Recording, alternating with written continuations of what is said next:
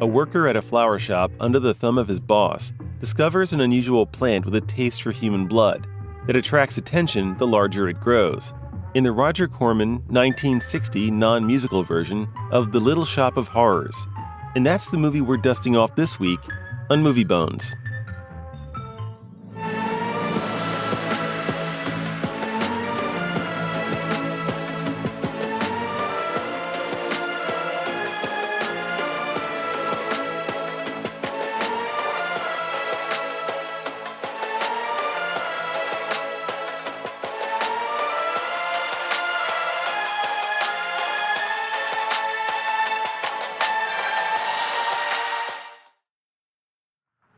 But gee, Mr. Mushnick, don't I always try to do what's right? And I'm crazy about flowers. I like flowers almost as much as Audrey does. Excellent, you're fired. Why don't you give him a chance to resurrect himself? I'd give him a chance to quit. I ain't gonna quit. You're a brave boy, you're fired. But that ain't fair, Mr. Mushnick. You know what I'm doing? I'm working on a special surprise plant just for you. I'm growing a plant like you ain't never seen before. Excellent. I can't even sell the plants I got in my shop. Out, you. Now, wait a minute. He's got a new kind of plant you ought to look at. Look, I've eaten in flower shops all over the world. And I've noticed that the places that have the most weird and unusual plants do the best business. All right. You go home and you get this fancy schmancy plant and you bring it back here. And if Mr. Yellow Vest Spout says it's a draw, you still got a job. If he don't, out you go to Bodie, right? Don't worry, you'll like it. You'll see. That's Gravis Mushnick, played by Mel Wells, talking down to Seymour Krelborn, played by Jonathan Hayes, setting the stage for a plant-motivated murder, question mark maybe? Or at least maybe plant-motivated manslaughter, because that's debatable. We'll get into that. But what's not up for debate is the absolute quirkiness of this movie. It's a movie brought to us thanks to listener Kaiju Fan 21 over on Spotify. So Kaiju Fan, thank you very much for your contribution. And I do thank you for it because, hey, I got more out of this than I anticipated. But getting back to the quirkiness, I have to say, it's like this film is dialed into me in a particular vein of niche humor that is specific to me. It kind of populates itself with all kinds of strangeness and lighthearted unseriousness that contrasted in just the right way with the murderous parts. You've got a guy who essentially is a literal connoisseur of flowers, who's constantly eating them, just munching them as casually as, someone might munch a bag of corn chips or something. Critiquing them and even going so far as to tell others he's got to go home because his wife is making gardenias for dinner. It's that kind of just wacky nonsense next to, oh yeah, and the plant, and he kills a guy and he feeds it to a plant. Just off the cuff stuff like that. So I have no explanation, but I do like it, Ryan. I don't know what to say, but I do like it. I agree with you. It just leaves you wanting more, but in a good way. It leaves you satisfied in some ways as well. Like, you look at it and you go, okay, yeah, I get why they decided to make a remake of it and also make a musical out of it. There is a bit of a critique from me in that vein that I'll get into probably a little bit later on. It's a solid film. Like, it's a solid story. There is, like, a bit of suspense. There's this quirkiness to this whole entire film that you just kind of like can't help but be like, most of the characters are over the top. Yeah. Like, I specifically say that with, like, the two of the most over-the-top characters in this movie aren't even, in my opinion, the main characters. You could say they're over the top. The dentist and Jack Nicholson's yes. one scene wonder. Like, he's in one, unless I'm wrong, he's in one whole scene of this movie, and he's just so weird. Yeah.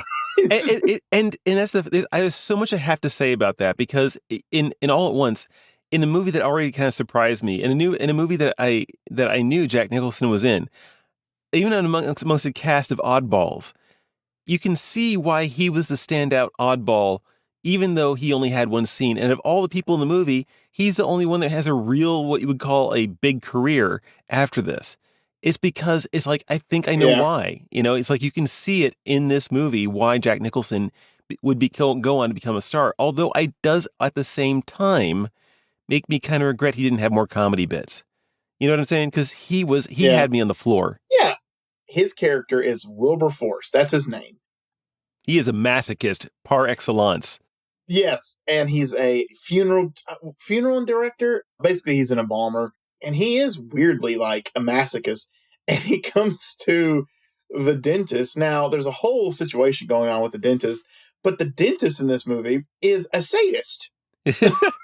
And like you bring those two together, even Yeah. though they don't technically share a scene with one another, it is the fact that you merge those two aspects together that does make this a very, it's a bizarre but Yeah. also laughable, lovable scene of sorts.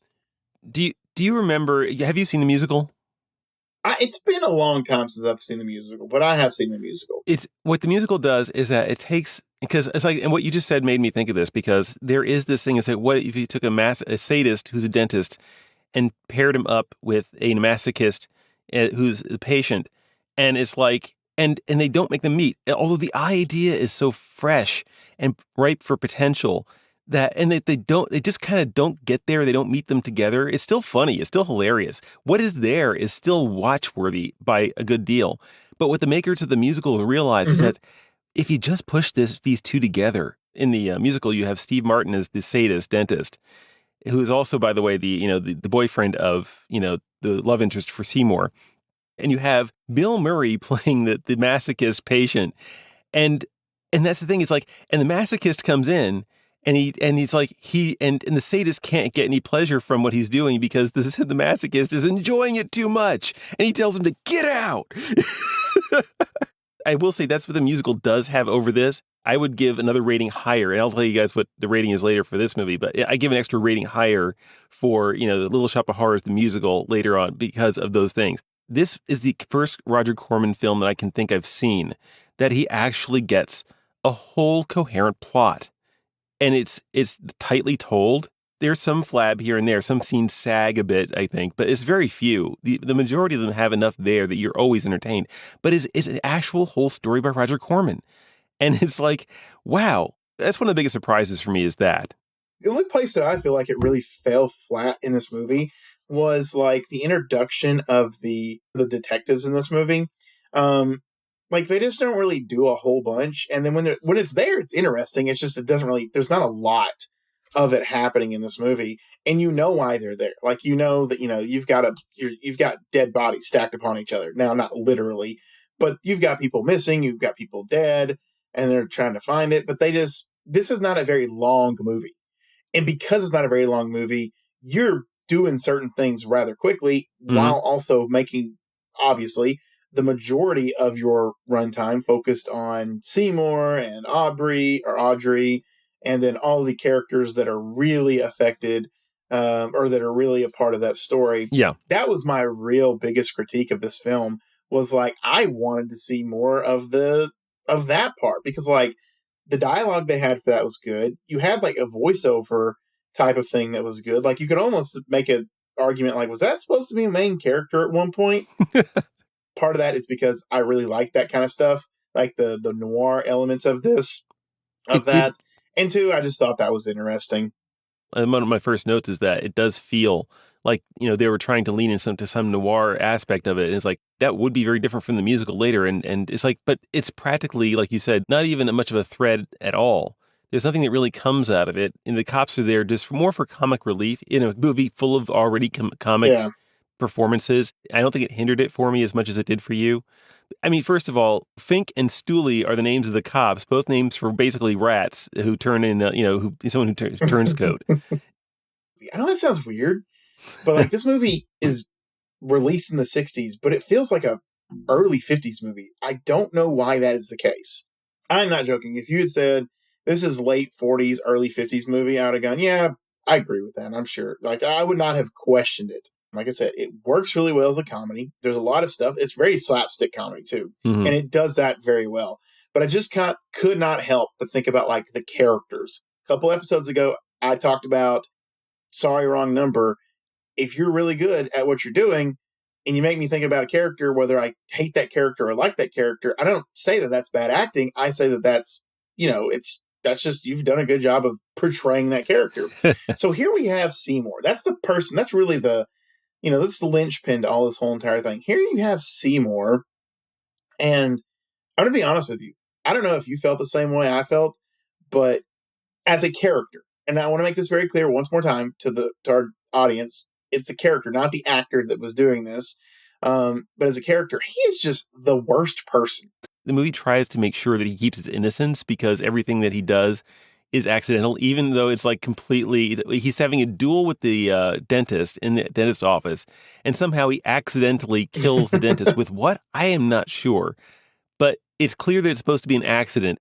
A rock is thrown in the air, kind of a thing, and accidentally hits somebody, and they end up dying convolutedly. Sometimes it's like I can't remember a single time when Seymour himself actually. He was going to when he was under the mind control of the plant, which is a weird thing. I'm glad they didn't do for the remake. The mind control thing did not work for me. The plant puts him under a spell of some sort. Yeah. But it's like. Well, I think in the remake, the plant's an alien, isn't it? Yes, the plant is an alien in the remake, and much more interesting as a character all its own.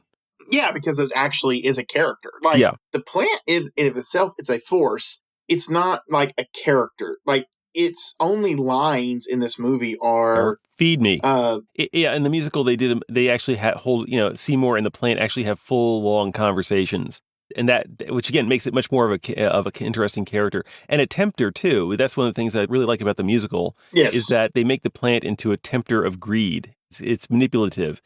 I do think it's trying to put everything ultimately on Seymour, and it's just kind of trying to. Maybe I'm overthinking it. Who knows? Maybe they were just like, nah, it's a simple story. But for me, like, this is when I say Seymour as a person, not the acting, and the character's fine. I want to make that clear too. But as like a person, terrible human being. He reminds me of like the nice guy trope that you'll see like girls talk about when they're, like, oh, the nice guy finished last. But like when you really look at the nice guy and why people don't date the nice guy, it's usually because of like some certain factors.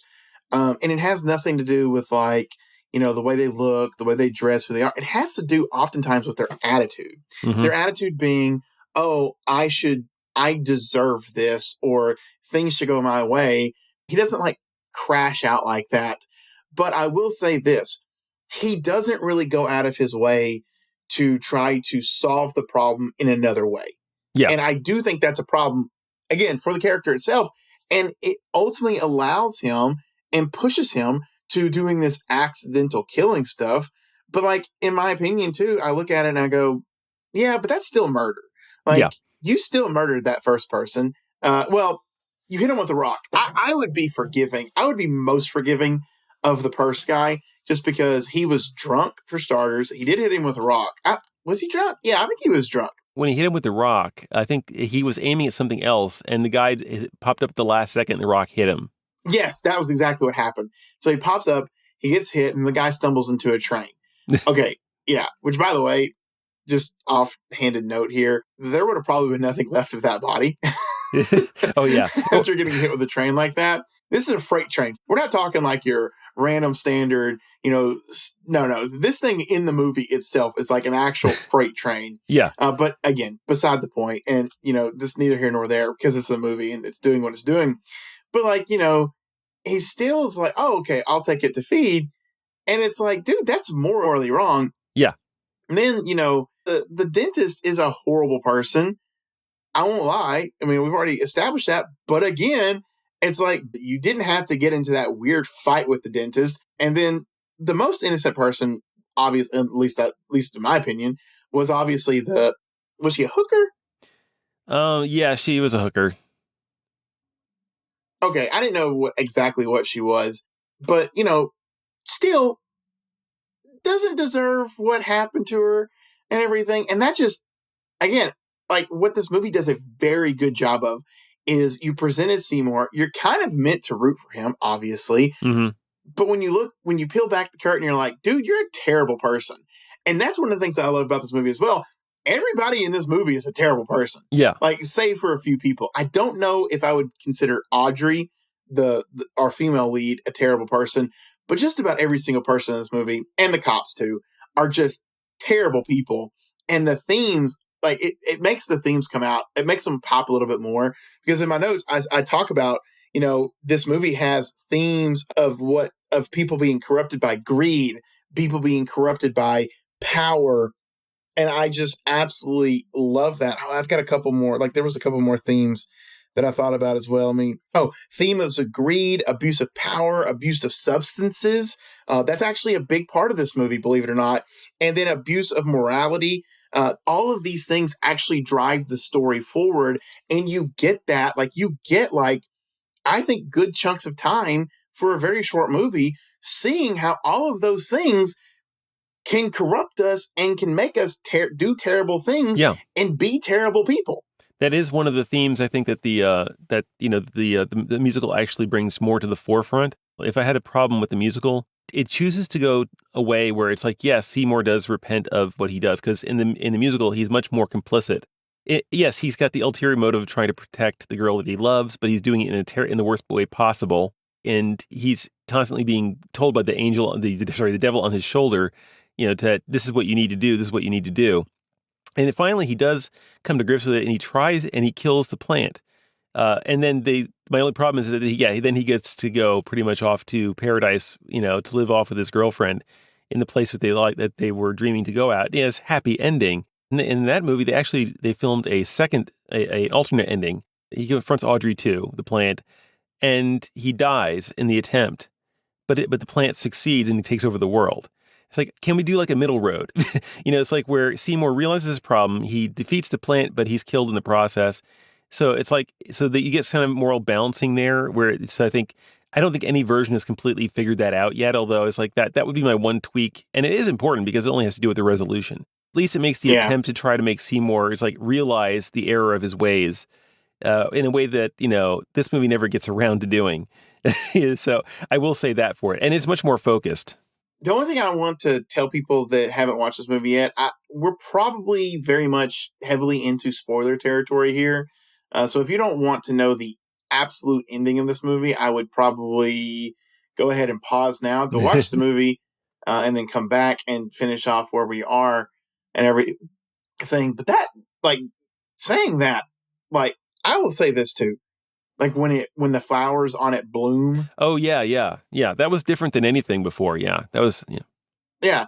And that's something I really like. It was kind of creepy in its own way.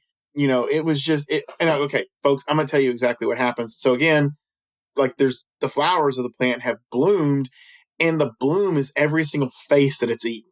Yeah. And so one of the last things you see in the movie is, everybody comes back to the flower shop, and you see the flower bloom, and bam, you see Seymour's face. And it's just so bravo kind of thing. Good job. Way to end the movie. It was suitably creepy. I will say it was suitably creepy for an ending for the film. And I did not see that coming, because that's one of the bigger artistic or aesthetic differences between that and the musical. And but I will say this, I had a hard time seeing the differences. Yeah, I know they were going for the faces, but I can't tell one from the other. And there were such rudimentary kind of sketches. Yeah. It felt a little bit like which one was that, and which one was that, and Seymour looks like the other guy too. Yeah. And, yeah. Yeah, exactly. I get what you're saying there, and that's part of the, that's just budget. My only defense for that is it's just budget and time period. Interesting nonetheless. I do like the concept. Yeah, that's totally. So anyway, let's see about giving this thing a verdict. So I will say again, regarding the musical, still my favorite of the two versions. I can see how that if you're looking to make a truly offbeat musical and you saw this thing, it would be kind of gold for that kind of inspiration. People who actually did end up taking inspiration from it, Ashman and Menken, is a team of writers who are responsible for Disney's animated Little Mermaid and Beauty and the Beast.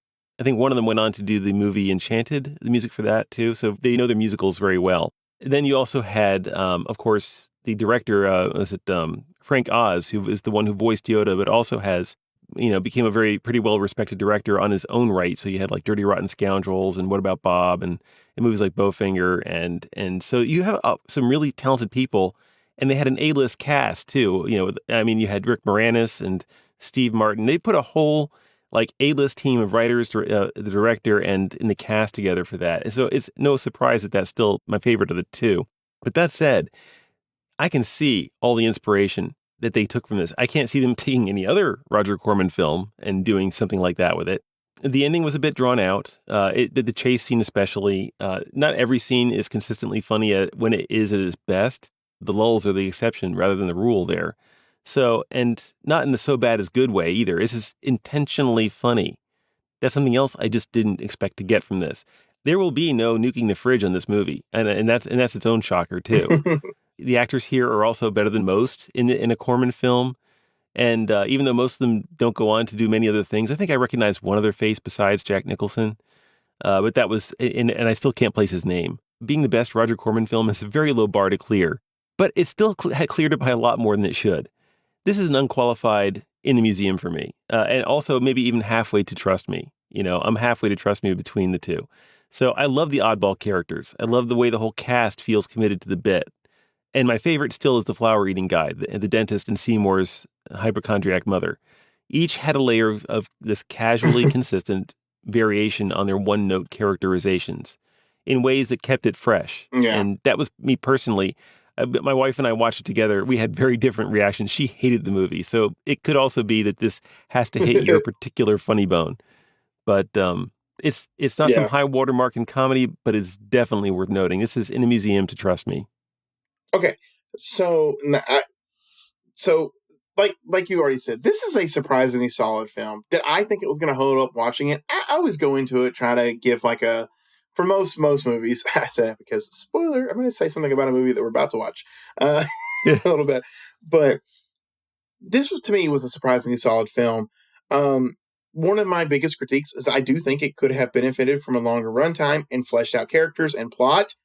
But that's why we have the musical, and that's why we have the remake in 1980. So I'm not gonna say this movie. I'm not gonna falter that because we have something in the future. But it's a surprisingly solid film for its own way. I'm actually a bit surprised. This movie did not make its budget back, and I think it only really was played in France. It seemed like that's just kind of surprised me. For me, I give this a solid belongs in a museum. I could maybe, in certain conversations, I will say this. If you watch it on YouTube, there's like one copy that I know of. Be prepared. This is just a mistake, not by like whoever uploaded it. Like around the 4-minute, 30-second mark, there is this like random red screen and like this buzz that happens, and it is jarring. It is like a jump scare. Like I was like, what's going on here? It doesn't happen again.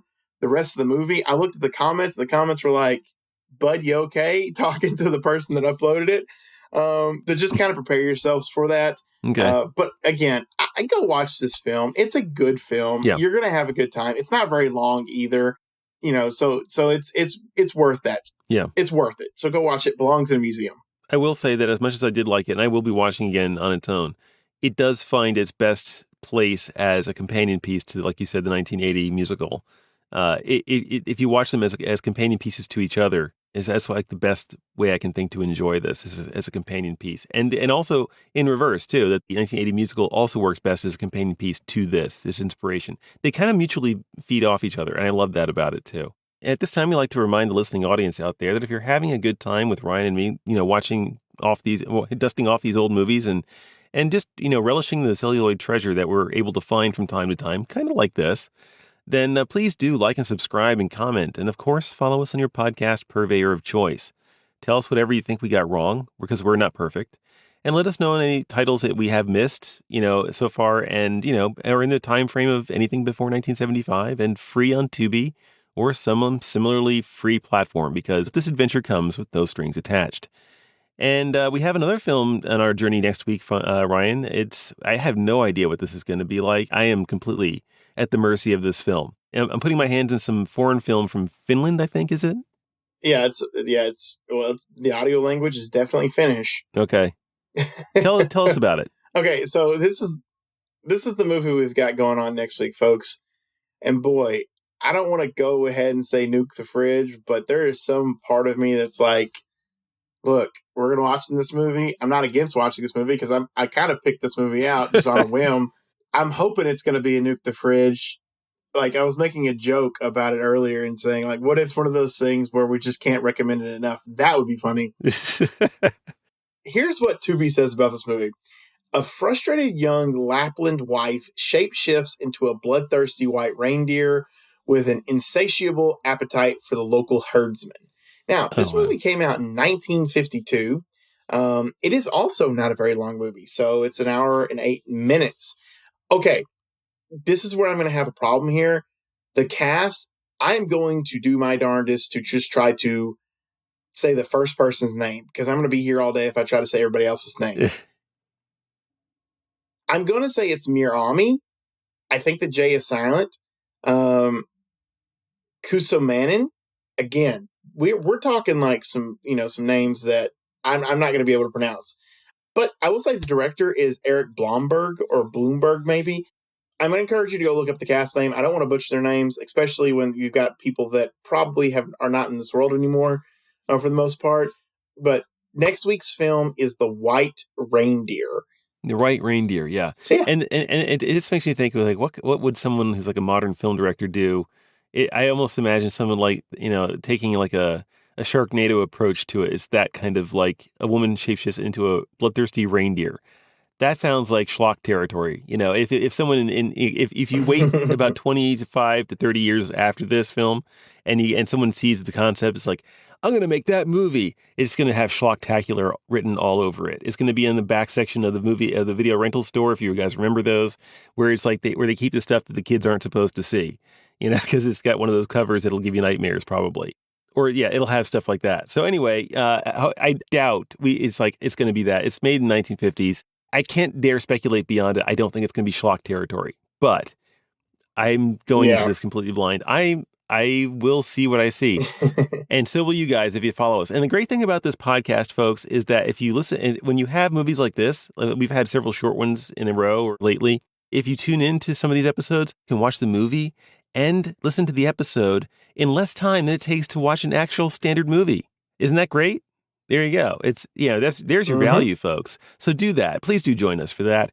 I can't think of anything else to say, Ryan. So I guess I'll see you next week, and we'll see you next week out there. Bye-bye, folks. See you next week. See you next week.